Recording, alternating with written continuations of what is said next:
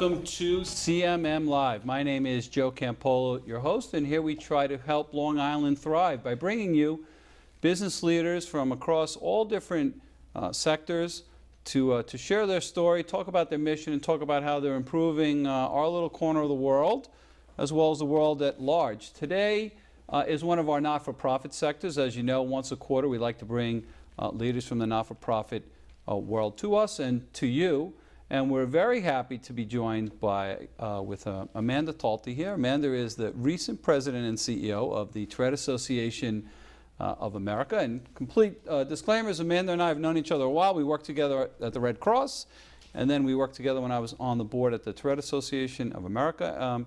And she's a new CEO, so we're going to talk about that. But Amanda, welcome. Thank you. Thank you for having me. Of course. So talk a little bit about the Tourette Association of America and Tourette in general, so folks understand it a little bit better? Sure. So we are a national organization, the Tourette Association of America. We are based out of Bayside, right here in New York, so not too far off of Long Island. And we really serve the community who are impacted by Tourette syndrome and tic disorder. So many people don't know that 1 in 100 school-age children have Tourette syndrome or a tic disorder, and we really work with those families, with those individuals. We work with schools, physicians throughout the United States to really raise awareness, provide support, and embark upon cutting-edge medical research to identify the causes and potential treatments for the disorder. So that's the gist of it. Yeah, so it was very interesting to me to learn more about Tourette and tic disorders because, you know, growing up, when I was growing up, there was no knowledge about it, and everybody would just say, oh, those are the weird kids, and those are and they'd be bullied. They'd be terribly, terribly bullied. And one of the things that really interested me in the work that you guys do is just a general awareness and giving these kids, especially who have Tourette, an opportunity to associate with each other by student ambassador programs and everything else. So talk about that. Talk about how that whole thing works. Yeah, well, it's a highly stigmatized disorder, as you know, but many of the viewers may not. It's a neurological condition, so it has been in the past confused for a psychiatric disorder, which it is not. It is a neurological condition of the brain. And a lot of the stigma around the disorder is largely created by what's often seen in the media. So a lot of times people automatically assume that Tourette syndrome is that cursing disease, the one where people shout out, you know, George Carlin's 7 dirty words, and that's really not the case at all. But because of that stigmatization and because of the misunderstanding that the tics that manifest with the disorder can be controlled, there's a lot of bullying. There's a lot of, we hear a lot of terrible stories about people in school, you know, their teachers suspending them or giving them detention or telling them to stop doing that thing. And the reality is these are involuntary movements. These are involuntary sounds. So they can't. So a lot of the work that we do is we go into school. One of the things that we do is we go into schools. We work with principals, educators to deliver in-services to really make people aware of all of the facets of the disorder, including the fact that it often is associated with ADHD and OCD. It often comes along with that.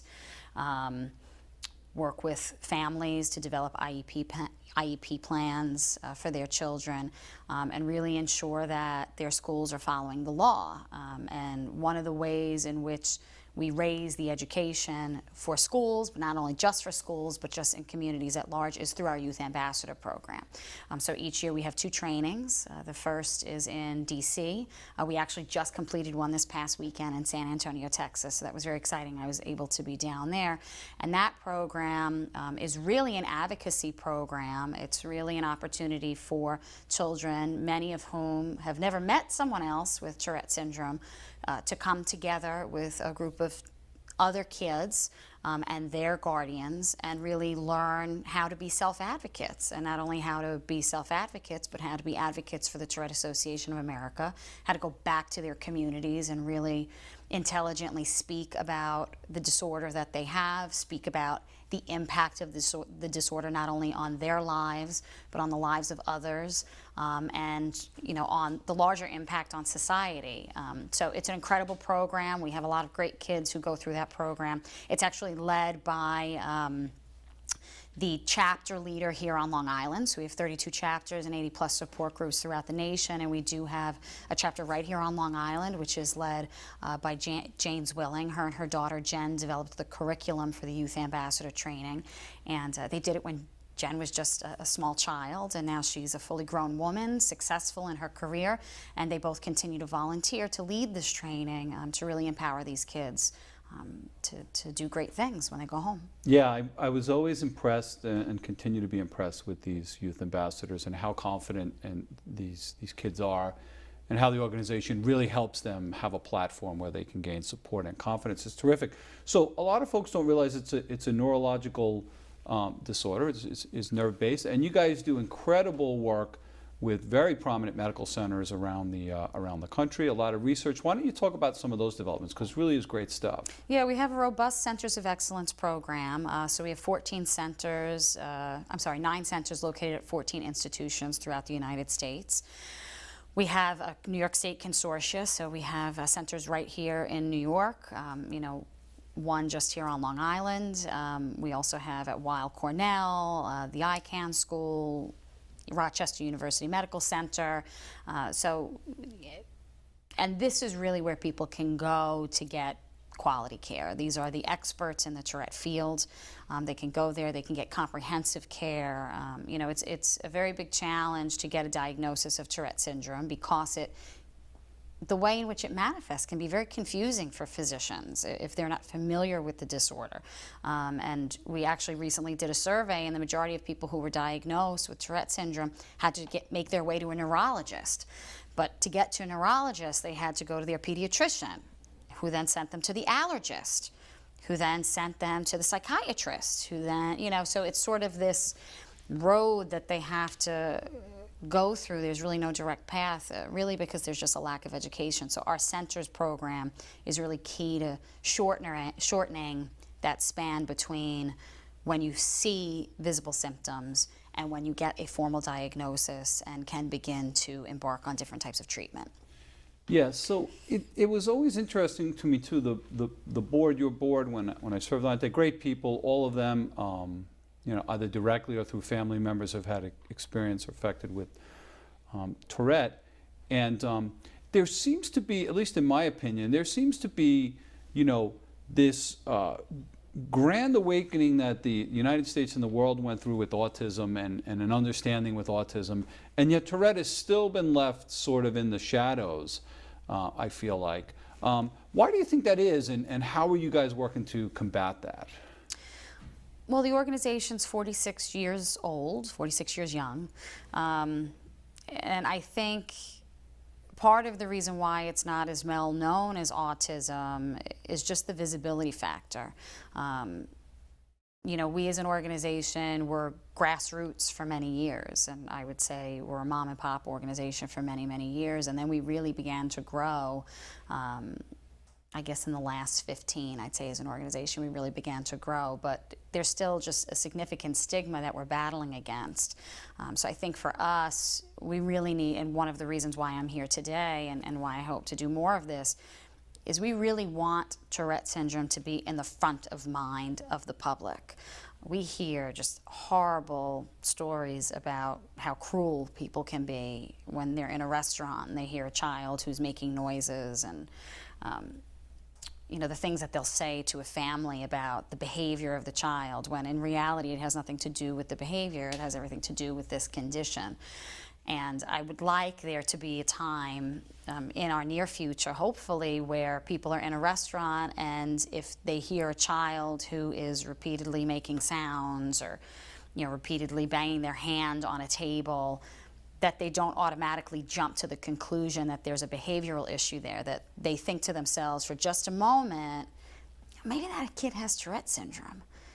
And maybe I should just sit here and not say anything. That's really my hope, because I think everybody thinks that they know what autism is, right? Everybody has a baseline elementary viewpoint. Right, we talk about the spectrum like we know what the spectrum right. is. Nobody really knows, nobody knows what what it the is. Exactly but right. how many times you hear people who meet somebody who, is a little bit socially awkward, and they say, oh, he must be on the spectrum. Whether that's a good or bad thing, I don't know, but I do think the positive element of that is that people are aware of autism. So whether or not it's, they're negatively stigmatizing people as being autistic when they're not, I think the level of awareness that exists around the fact that someone may be autistic and that might be a reason for their behavior, I think is positive. And I would very much like to see that happen in our community at some point. Yeah, I'm there with you. I despise bullies. I despise people that choose to remain ignorant and think that a family would subject themselves to that just by choice. That sometimes you just have to educate yourself on the issues, and that's why I wanted to have you in here to really help build awareness, because it's really frustrating that people jump to negative conclusions and question the parents, question the kids, and say these are bad kids, or these parents don't have control of their kids. It really is very frustrating. Let's talk about the CDC for a minute and government funding. That's got to be very challenging right now. How does that work in the organization? I know that a portion of the funds come from the CDC. A lot of it's earmarked towards research. Where does that fall into it? So we're in a cooperative agreement with the CDC. So we are part of a program called the Tourette Health and Education Program, which is funded through the appropriations process in government. And it is money that is earmarked to the CDC to deliver educational programming around Tourette syndrome and tic disorders. As within the partnership agreement that we have, this cooperative agreement, the CDC then grants us funding to deliver programs that they are not nimble enough to really deliver to the larger community. So that's how we benefit from that program, and it really is a painstaking process to get what amounts to us to $900,000 to us as the organization, but it's a $2 million moment for the CDC all in, so that they do portions of programming that we can't do and vice versa. So one of the ways in which we do it, we have our Hill Day every year, which coincides every year with our Washington, D.C. Youth Ambassador training. So we take these children, we train them and their parents about how to speak about the disorder, how to speak about the impact of the disorder on communities, and then we send them to the Hill to meet with their representatives from all across the nation. So it's really a wonderful moment. This year we had more signers onto our letter than we've ever had before, and I'm confident in our Vice President of Public Policy, Diana Fellner, who's down in Washington representing us. I'm fully confident in her ability to increase that number even more next year. Yeah, so how do you find the elected representatives receiving the Tourette Association of America? I mean, I can't imagine a worse day than having to go spend it down with Congress. But I'm curious, are they receptive? Do you find they're blowing you off? How can we pressure them to get more awareness of this as well? I think they are receptive. I mean, I think you'd be hard-pressed to find a human who would look at a child who is physically, visibly ticking in front of them, telling the story about how they're being bullied in school, or how their teachers just don't understand, and they've had to be homeschooled because the teachers were not willing to make the accommodations that they needed. You'd really be hard-pressed to find a person, even in government, who would respond negatively to that. I think they absolutely want to hear. They want to hear from their constituents, right? That's the business that they're in. But it's the personal touch stories that I think matter the most to them, and I think the onus is on us as the Tourette Association to best communicate to them what the larger impact is, because there is a tremendous impact on society as a result of this disorder. People who have quote-unquote disabilities are more often than not, finding themselves unemployed. We have a large community, a large adult population, the Tourette syndrome community, who find it very hard to find employment because they have these physical manifestations of their disorder that they can't control, and it doesn't always work in an office environment. Right. What's the prevalence? How prevalent is Tourette So syndrome? it's 1 in 100. So it's a childhood onset disorder, but it is a lifelong condition. Some people who have Tourette syndrome and their symptoms manifest a lot in their childhood, when they get into adulthood, the symptoms tend to taper. So their tics might not be as evident, they might not be as visible, and what might be more intrusive to them beyond the tics may be the OCD or the ADHD, which often comes with Tourette syndrome and tic disorders. So, we say it's 1 in 100 school-age children. I think we can also argue it's 1 in 100 people.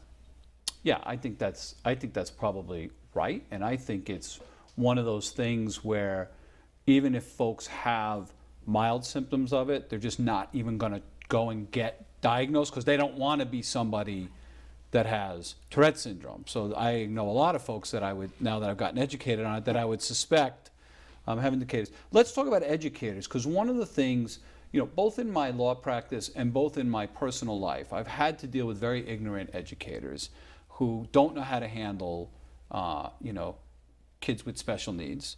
And I find it particularly in the upper school districts, Okay.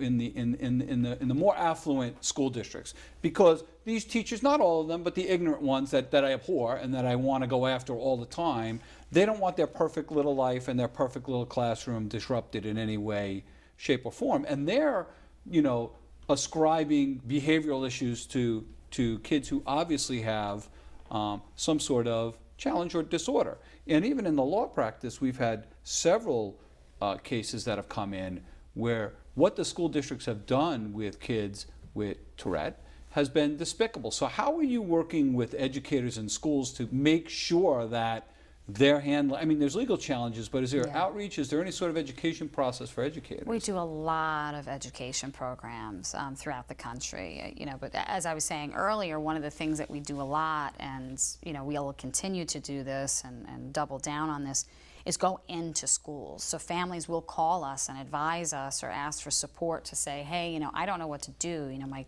kid's teacher just will not accept this Tourette syndrome diagnosis. If you can even believe that an individual wouldn't accept a diagnosis from a physician for a disorder like this, it's really mind-blowing.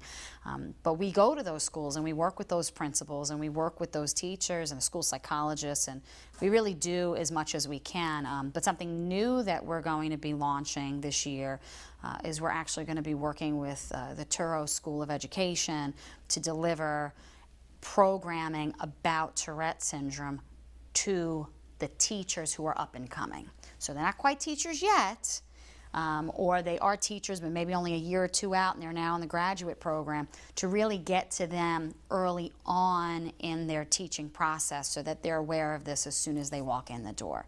Because it really, I don't want to bash educators. I think I look at my children's teachers and I think I could not do this all day. I would absolutely lose my mind in a room of 7-year-old kids, right?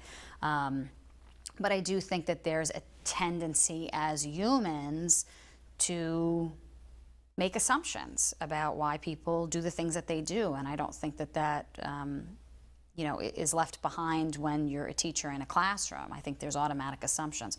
So I think our role as the organization, and I think anyone who is impacted by Tourette syndrome or who knows about Tourette syndrome, their role is really to spread the word and spread awareness about this. So when people do come across it, it's not as jarring for them, and they know what to make of it. They know what they're looking at. And if you know what you're looking at, you know how maybe to move better. Yeah, I agree with you, and I agree that educators, they really have a thankless job to a certain extent. They do, and they do an amazing job. It just bothers me that when you have something that's 1 in 100 and probably more prevalent than that. Yes, 50% right.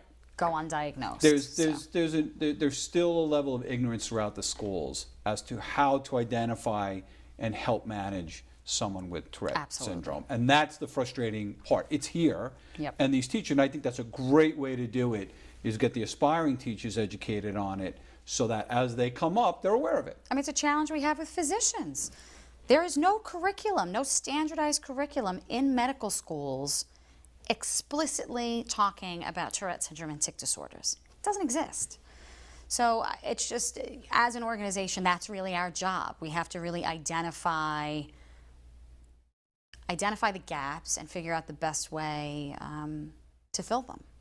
Right. So let's talk about you for a few minutes. So, you have a strong background in not-for-profit service, and you have a strong fundraising background. Now you're a CEO. How do you find it? What's the difference? What are you noticing as the biggest differences? The biggest difference is I don't get to have lunch anymore. No. Right. I would say for me personally, I think it was a natural progression. I joke, I think fundraisers, and I hope that there are some fundraisers watching this, I think fundraisers get such a bad rap. I think that they are very much viewed as sort of the glorified salespeople of nonprofit. Go out, get the sale. Go out, get the check. But my experience has been your fundraiser, if they're worth their salt, probably knows your programming and your finances better than the program people and the finance people, because you really have to have a fundamental understanding about what your organization needs, what are the true gaps in the programming, where would funding be most beneficial, and then how do I take this individual who's sitting in front of me, sharing with me everything that they would like to achieve, in their personal life, what they would like to leave their children when they pass away, what they would like over the course of their lifetime, what changes they'd like to see in their community. Take all of that and synthesize it in a way that these two things match.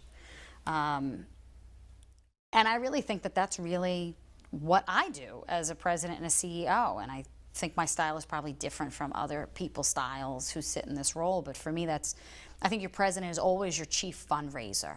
It's always your CDO. It's always the face, always the person who should know the most about what the organization does, be the best person to really communicate to an individual the importance of the cause and the mission to a level that somebody wants to make an investment in that. And that's really what we talk about in the nonprofit sector, right? It's not just about this sort of one-hit wonder, this transactional, give me $1 and I'll give you a newsletter.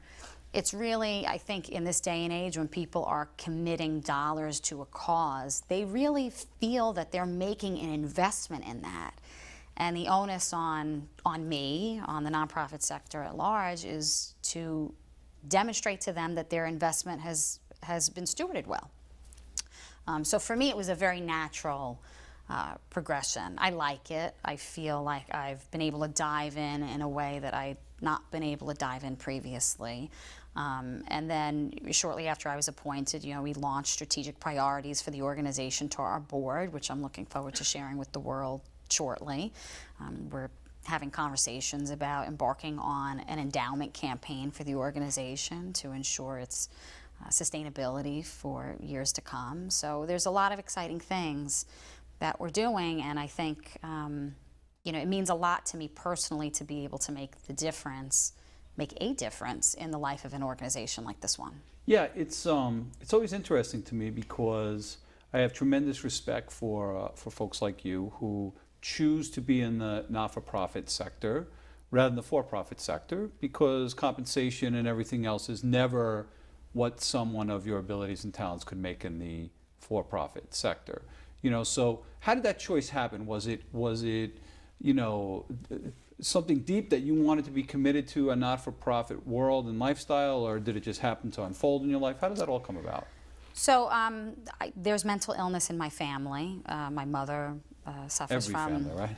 My mother suffers from bipolar disorder, so that was present in my life from a very young age.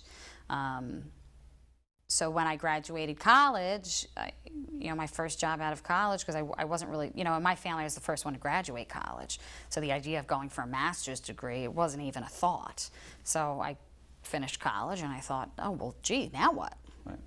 I didn't think to get an internship. I didn't think to do any of that kind of stuff. So I wound up taking a position at a psychiatric hospital. And I was a mental health worker on an adolescent unit. And I loved it. I loved it. The kids, they were so diverse, and they each had such differing problems that, you know, were some days incredibly hard to deal with. But the idea that I was actually in a place where I was helping somebody, that my presence was making a difference, for me that was huge. That was totally invaluable. So from there I went to work for an organization that gave out research grants to study the causes and treatments for mental health, you know, now known as the Brain and Behavior Research Fund, at the time NARSAD, and I just stuck with it. You know, and there have been times in my career where I thought, oh, do I really want to do this? But for every moment that I say, oh, do I really want to do this, some door opens up, you know, something happens that I say, well, where else would you be making a difference like this? You're too old for medical school. Right. So, so that's how I found myself here, and you know, I don't see myself going anywhere for a very long time. Yeah, that's terrific. So in addition to a, you know, it takes a lot to run an organization. You know, I have tremendous support in my staff and everything else. And in addition to a very strong and talented board, you have really great team that works with you. Oh, amazing. Yeah. They're amazing people. They really are. Why don't you talk a little bit about your team and what their responsibilities are? You know? Oh, they're just, the whole team is just incredible. Yeah, I mean, I have a key leadership team. Sanja Mason Vidal, she's our Vice President of Finance. Diana Fellner, who I referenced earlier, our Vice President of Public Policy. Our Vice President of Research and Medical Programs, Diana Shinneman. You know, her background was largely in the Alzheimer's space for a while, and then she joined us a few months ago. And now I recently promoted our Director of Development, Tracy Alexander. She's recently been promoted to the Vice President of Development, Resource Development, and Chapter Relations. So that's the leadership team, but beneath them is just an amazing, tremendous group of people who I don't, you know, I don't really know what I'd do without. I mean, you know, when I first came to the organization, that wasn't really the case. But you know, now I very much think, you know, we've brought on a great, passionate group of people who are really there for the right reasons, and I think that's very important when you work in a nonprofit. Yeah, that's terrific. Well, we gotta end here, but it's really great stuff that you're up to, folks. This is Amanda Talty, the President and CEO of the Tourette Association of America. They're doing amazing things to break down the stigmas associated with Tourette Association, research to help find ways to alleviate it, and advocacy, which is needed for these bullies that are out there. So thanks for joining us, Amanda. This was great. Thanks for having me.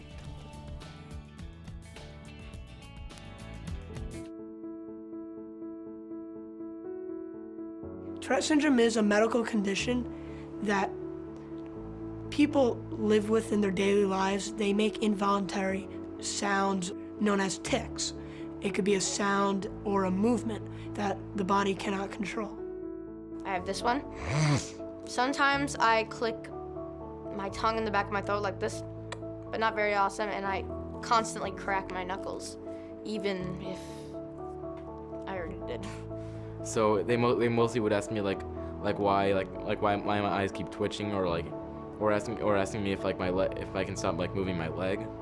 The tics were more like the head shaking as well, barking. I had a tic for a while where I'd step backwards and walk backwards for a couple of steps and then walk back. I had a tic once when I'd be standing and I'd lift up my leg. When I was first diagnosed, I was out of school for weeks. My tics were very high. My vocal tics were elevated. My motor tics would really hurt me. It was tough. You know, 7 or so years old, I was responding, well, is this just gonna keep on? When I was younger, they singled me out and treated me more as, you know, as basically almost as if I was an alien in a sense. And because at that point in time, I didn't really understand much about what was happening.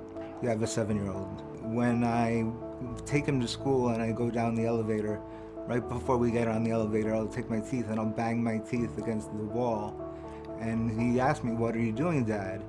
So I said, "Oh, I have Tourette syndrome. It's a condition that causes me to do things I don't want to do." And so the funny thing is, the other day he comes up to me, we're standing there and I don't do it on the elevator. And he says, "Daddy, you didn't do your Tourette's." And I'm like, no, it's not like that. It doesn't work that way. It's hard to suppress a tic, and even if you do suppress a tic, when you're done suppressing the tic, they only come out more. I have to morph my words. Instead of saying bomb, bomb, bomb, I go ba or abba. If I try to suppress them, it doesn't work. That's like trying to hold in a sneeze. Young girls would laugh. Kind of embarrassing for an adult to be bullied by young teenagers. As a young kid, I would tic whatever it was and immediately look around to see who noticed, like as if it really mattered. And then you really start to believe that you are different. I would be out on the subway and attracting attention from other people, adults, and like learning about how cruel people can be. Seeing those kids in DC at the conference, treating their tics as something that was just, part of who they are was so inspiring. It's really cool. Kids don't get judged there, and they have fun with other kids like them. Other than our tics, we're normal people, because everyone has their own things that make them different from one another. And Tourette syndrome just happens to be one of those things for some people. Don't be afraid of people with disabilities. Just because someone has a disability doesn't mean that you have to avoid them. I think the Tourette Association of America means support and community. My hope is that everyone who sees this video goes home and tells 3 people about Tourette syndrome.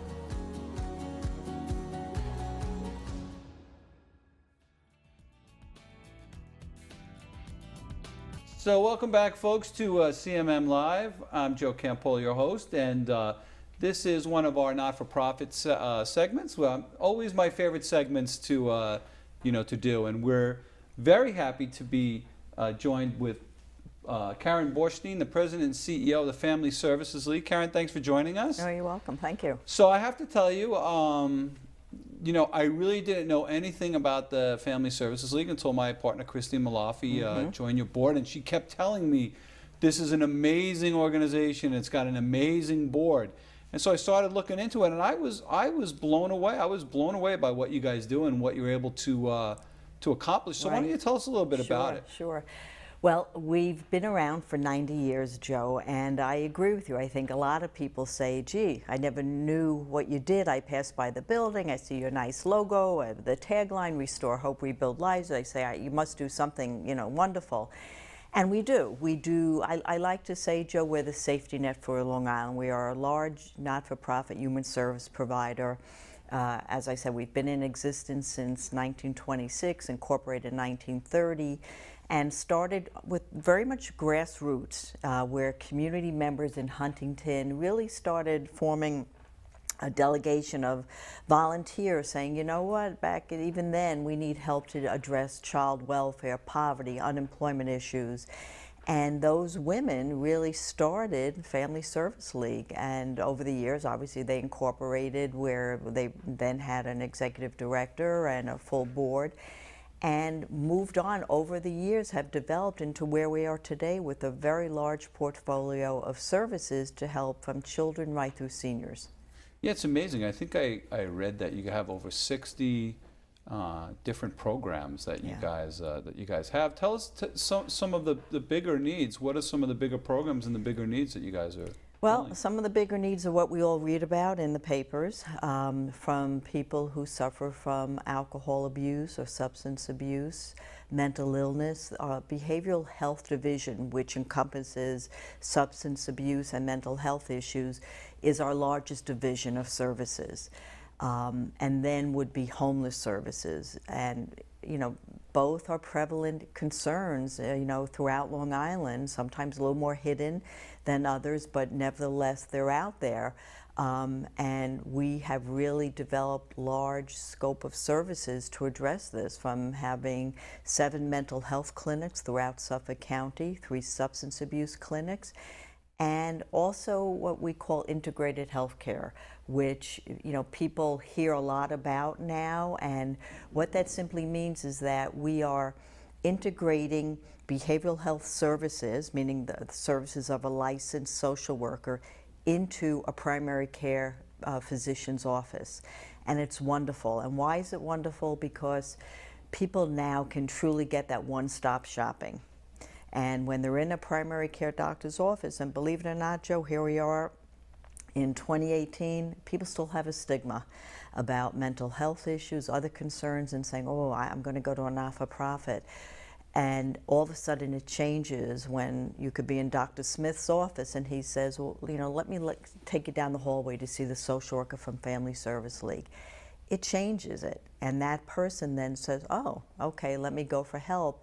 And we're able to really change the fabric of that person's health and really deal with them holistically. They're getting their primary care needs met, plus Family Service League's clinician is there to help address if there's substance abuse or mental health issues. Right. So that's a lot. Let's break it Sure. down. Let's break it down a little bit. So in the mental health area of services that that you're able to provide, how does that work? So is it that there's an intake? Is there a financial commitment or cutoff, or how does it work? Who would it really apply to? It applies to anybody. Okay. And we do accept insurance. We accept Medicaid as well, all third-party commercial insurance. And people come to us with that. And if they have absolutely no money, we help them to get enrolled in Medicaid and do have a sliding scale as well. But yes, when people come to us, whether they're referred by someone, could be clergy, could be schools, could be a friend or relative, they would come in and have a full intake and assessment and evaluation to see what services does that person really need. Right, and these are all outpatient services, so there's different clinics that you have set up, Yep. and so how would that work? So they would do an intake, you have somebody doing an intake? Yes. And then there would be an evaluation of what services they should Correct. participate And in. sometimes, someone who calls us and says, listen, my doctor said, I definitely have a mental health concern and want me to come in for evaluation. Okay, we know what the person's coming in for. But we also offer a lot of other services, Joe, that someone may call us and say, my lights are going to be turned off, I don't have the money to pay, and I need all sorts of help. Well, when that front desk person, the support staff, takes that call, they'll then schedule that person on the other end to come in to meet with one of our social workers to do a full evaluation, see what does that person really need. Clearly we need to help them so their lights don't get turned off, but what other services are going on, what other issues and concerns for that person? Do they need job training? Are there any mental health issues? Are there substance abuse concerns? And our social worker will really work with that person coming into our office to help make a plan and connect the dots, as we say. Right. So the social workers and the physicians, are they Family Service League employees, or is there just a network of collaborators that you work with? How does that work? Most of the times they're our staff. All the social workers are our staff. The physicians, the psychiatrists are our staff. But obviously when I talk about primary care, when we're embedded into a doctor's Right. office, that's separate. But all the others are, yes, FSL employees. So what I like about that then is complete collaboration, a holistic sort of approach as to what the challenges are that folks are. It is, and this is the hallmark of Family Service League, Joe, that this concept of, the old days we used to call it one-stop shopping, right? That someone would come to us in whatever office and they could get all their needs met. And why was that then and why is it now important? Because people who come to us typically don't have a whole lot of resources to keep putting money, gas and filling up their car, or if they're traveling by public transportation. It takes very long to travel by bus sometimes to different parts of the county, that when they come to Family Service League, after meeting with a social worker and the social worker assesses what are their needs, typically we can meet those needs within one setting of ours. And if we can't, we can still connect it so they can meet with staff of Family Service League and our other sites, or our staff can come to them as well. Yeah, so I think it's great work. Look, I have been vocal about how our elected officials refuse to fund mental health, but yet overfund things like incarceration and everything else, which stems a lot from mental health. Right. How is the support you're receiving amongst elected officials? Are you funded by the government? How does that work? Well, let me say, our experience, we have been very fortunate that elected officials have supported Family Service League, and And I'll tell you an incident with a couple of legislators, in particular on the East End, who have really made a major impact. Yeah, because it's important that folks know who gets it and who's They helping, do, you know? but you know, they all do. In all fairness, Joe, they all do. It's to what extent they're able to give the funding. They all realize and recognize mental health, mental illness is a huge concern for all of us, right? In every community, you know, there's pockets of poverty, there's mental illness, there's substance abuse. No community is, you know, free of that. But from the county to the state to federal, we do see that they get support. In particular, we've been involved on the North Fork and the South Fork. And really, kudos to Assemblyman Fred Thiel and Senator Ken LaValle, who work with the community and Southampton Hospital and Stony Brook Hospital, getting groups of other providers, community people, all to help address problems with mental illness, mental health. And this initiated a number of years ago when East Hampton School District had a rash of suicides. And they really advocated, and that's what you need to do when you want to get, you know, the squeaky wheel gets greased. Yeah, sure. To say, you know, there's a concern here. We're seeing kids, you know, who are in pain, who are struggling. Families don't know where to go for help and what to do. They're calling superintendents in the middle of the night saying, my child is suicidal. What's the superintendent going to do except get your child to a hospital? And they realize that, you know, particularly on the North Fork and South Fork, we're there, but there are not as many other providers, or that mental health clinics are very busy. So they really put this group together with putting funding together in place through state funds, and as I said, spearheaded with Senator LaValle and Assemblyman Thiel, to put money and resources there to really help a concerted effort in a lot of the East End school districts to work with mental health clinic providers such as Family Service League to help youngsters, to make sure we are right there, that you know, we can get that child and family in quickly. And it's made a difference, Joe, that people then say, oh, you know, you were right there. We didn't have to run to the emergency room. We didn't have to run into Stony Brook. So it does make a difference. So legislators get it, and you know, certainly the increased visibility and the advocacy from community residents, their constituents, from school districts has all made a difference. Yeah, it's to me it's critical. I mean, to me it's absolutely critical, and it's good to hear that that the electeds are aware, because I worry. Yes. You know, again, I wasn't fully familiar. I knew who you guys were. I just had really no idea what was going on. So I wanted to make sure that our electeds get it, because this is really, really critical stuff to Long Island. I mean, we have a lot of challenges, right? We have a lot of challenges, and I'll tell you the other piece they get, and it's a newer program that's coming in probably the fall, that again, through government, through the county and the state, Family Service League has been awarded a contract to develop the first ever 24-hour crisis stabilization center on Long Island. And if you, the analogy I would give is, like, we all know of medical urgent care centers. This would be tantamount a behavioral health urgent care center. That if a family member or if a school is saying, you know, I see a youngster who said to me, I'm feeling very depressed, I'm thinking of hurting myself, they can come to Family Services Crisis Stabilization Center once it's up and running 24/7.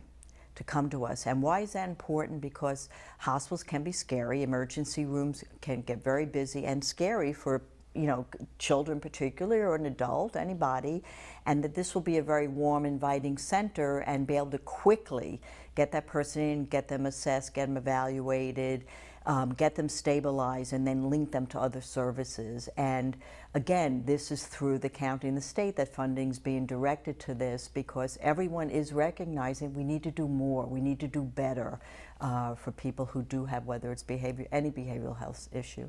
Yeah, and the influx of drugs and heroin and opioids, I can't imagine helps any of this, you know, and the tragedy of suicide, I mean, just the rash of celebrities that have been, shows us that as a society and a culture, we don't understand anything yet as to what gets people down that path, and how to identify it and how to really help. How are you finding that? Well, you're absolutely right. Suicide is a big concern, and just by, you know, the publicity and visibility of those two celebrities, it really shows us that, you may never know. People say, well, oh, I miss the signs, I miss the signs. Well, that's because that person didn't want to, you know, show you his or her signs, and they were very good at masking it, sitting in front of their friends. Oh yeah, I'm fine, I'm fine. But beyond that and beneath that, they were obviously severely depressed. So we do see that, and you know, we have other programs that really help for this reason, like the Crisis Stabilization Center that's going to be, but we also have the mental health clinics. We also do publicity and advertising to let people know there are resources out here on Long Island to help with that as well. So it is a big concern, but we're trying to do prevention as well as then what we call post-vention services. If someone has taken their life, that we are there to go in 24/7 to help a family deal with that devastation of losing a family member to suicide. Yeah. Do you feel we're making progress? So you've been doing this for a little bit of time, few years, right? right. Do you feel we're making progress? Because it's very hard, you know, when you're not in that world, to see whether we're making progress or not. What is your view on that? We are, because I think, you know, in spite of what I said just before that, you know, like family services in many ways the best kept secret. People are talking more about problems. People are talking more about issues. You know, it's all over the news, and there is a lot more attention being paid to it. So I think that, as I said, legislators get it. They know we need to put resources to address these issues. I do think it's getting better. It's still obviously way too prevalent, some of these concerns and issues. Yeah, so let's shift gears for a minute, because you mentioned homelessness, you know, and I think, you know, we've had folks on here to talk about hunger, and when you hear the statistic that 1 in 10 Long Islanders don't know where their next meal is coming from, people are shocked, because they don't view their bubble, you know, that way. And you mentioned homelessness, and on Long Island it's a challenge, because in a major city you can see homeless folks out on the streets or congregating around the churches. Here in Long Island, in a suburb, it's very challenging. What is the state of homelessness here on Long Island, and what are the challenges there? Well, you know, we do see it. You know, you're right, it's not quite as visible as New York City, but we see it. We see homeless people behind railroad tracks, or people call us up, they'll say, gee, I see someone laying on the street, you know, I think they're homeless, can you go send somebody to help?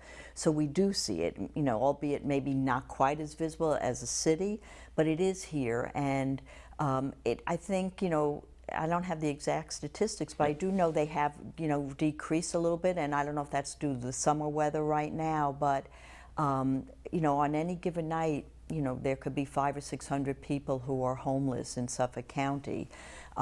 We also sleep 500 or 600 people a night through various shelters of Family Service League, and there are other shelter providers throughout the county. So it still continues to be a major problem for singles and families, and we are there, and we work with lots of other, you know, agencies to help people get back into permanent housing, to get them jobs, to address whatever were their precursors to them becoming homeless, and how to get them back into stable housing. Yeah, I mean, it's such important, great work. So, you know, talk about the challenges. You know, not-for-profits are competing so, you know, and everybody needs the money. I get it. Everybody needs, everybody's mission, you know, it's like speed dating. I could listen to all of them and want to help all of them, but there's only limited dollars. Right. How does your funding work? Are you government funded to a certain extent, and private funded? How does that all work? All of the above. We do get government funding, you know, county, state. We have federal dollars from HUD.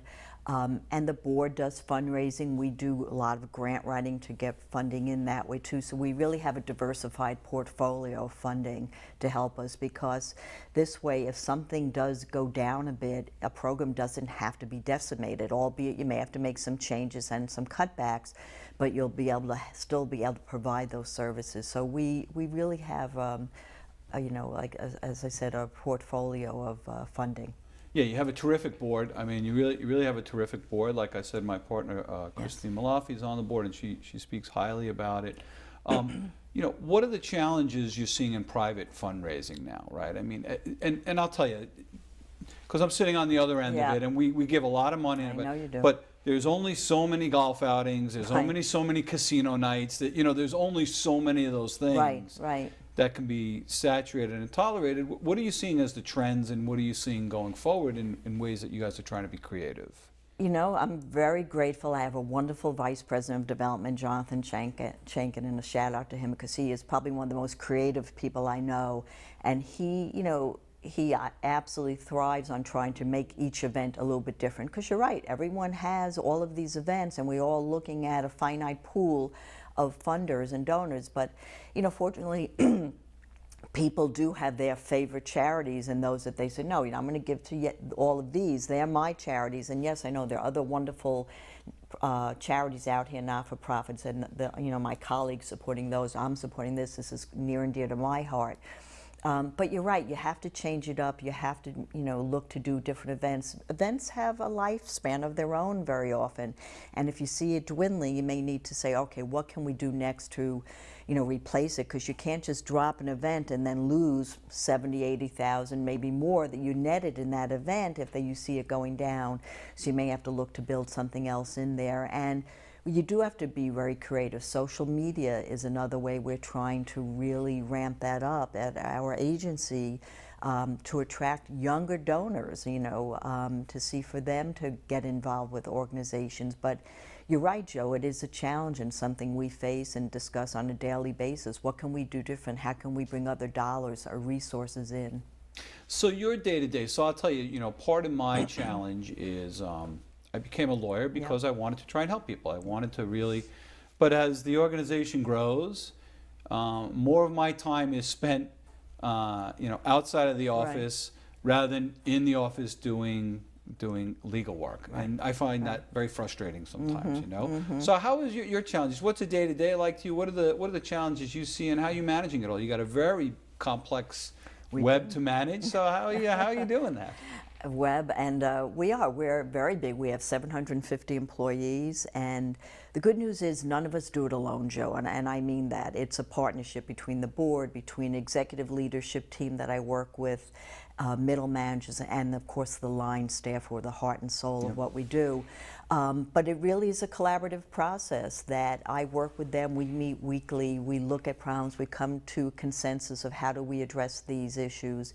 But you're right, it's a mix of administrative work, you know, keeping things moving and going and being out there to raise dollars, to put ourselves out in the front line. But I'm very fortunate and blessed that I have a very strong executive leadership team that I, you know, work with day in and day out, and together we help to keep, you know, propelling FSL to go forward, and the board is a big part of that. I rely on them for advice and, you know, governance. They do a wonderful job. So it really does take all of us to run this.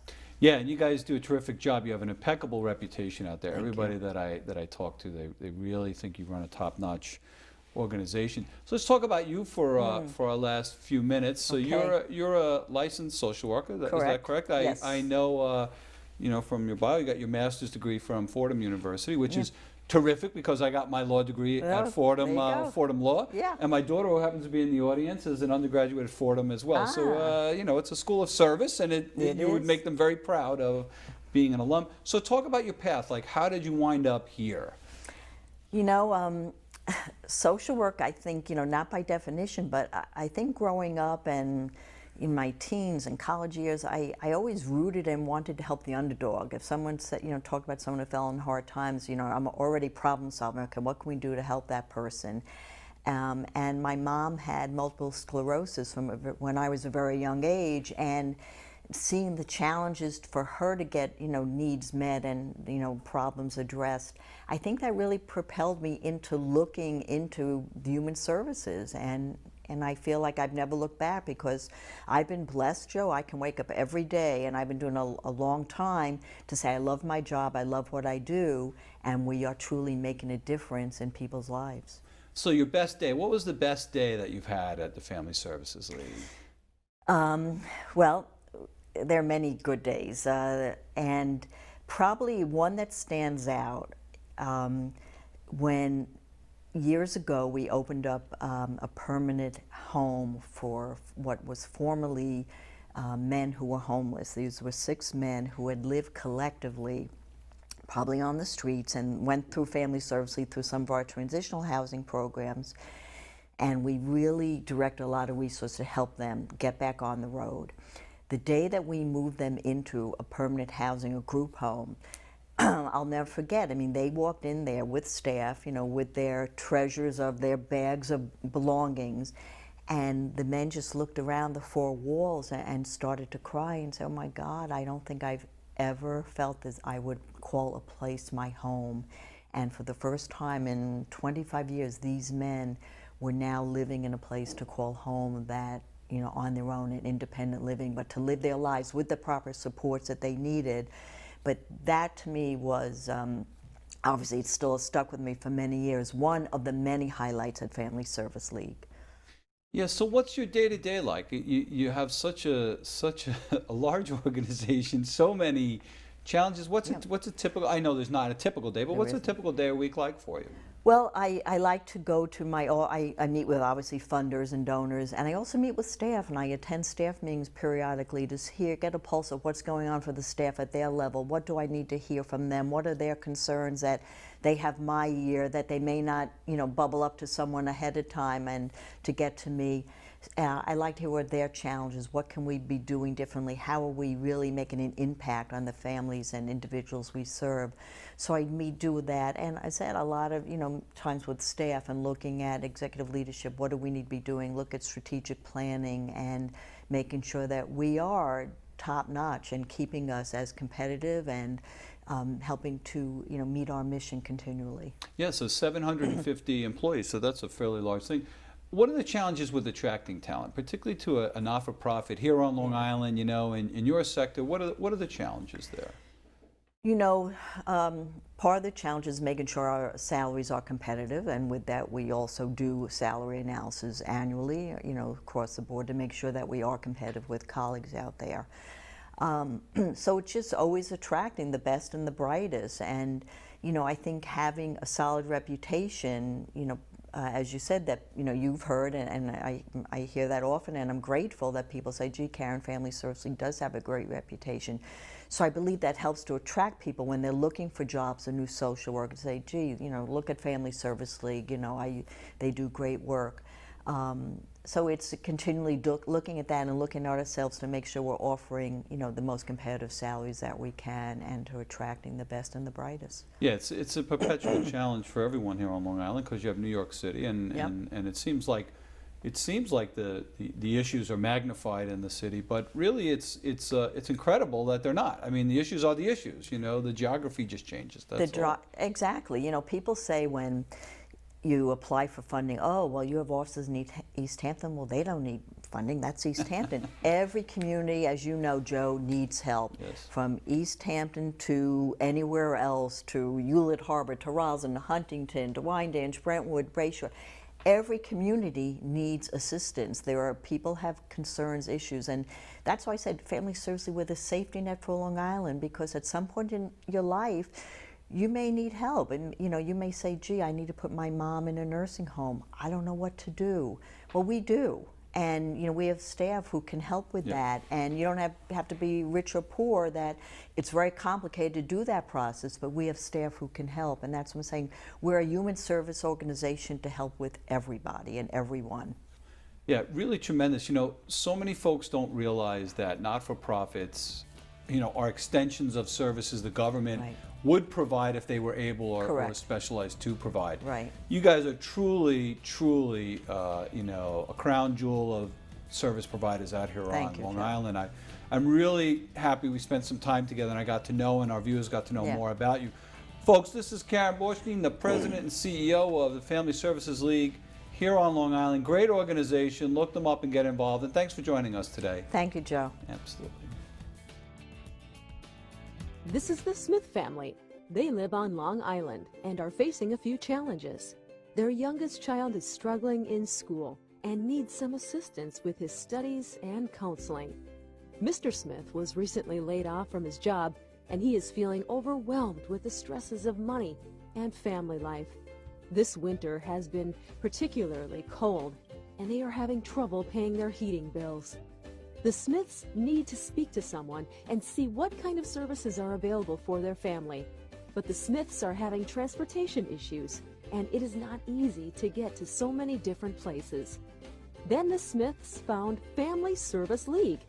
With one visit to an FSL family center, they were able to sign their child up for Operation Success, which provides homework help, enroll in a counseling program, receive assistance filling out unemployment paperwork, and they were able to secure a heating assistance grant. Mr. Smith was also able to schedule an appointment for job training and sign up to receive toys for his children for the holidays. At Family Service League, our model of care is designed with the family in mind, covering many needs in one place in order to help families succeed in managing challenges. If you know of a family or an individual who is struggling, suggest Family Service League as a way of getting the help they need. Even sharing this video could help someone take the first step. At Family Service League, we restore hope and rebuild lives. From the small life challenges to the larger ones, we are here to help. Just ask the Smith family because they are doing great.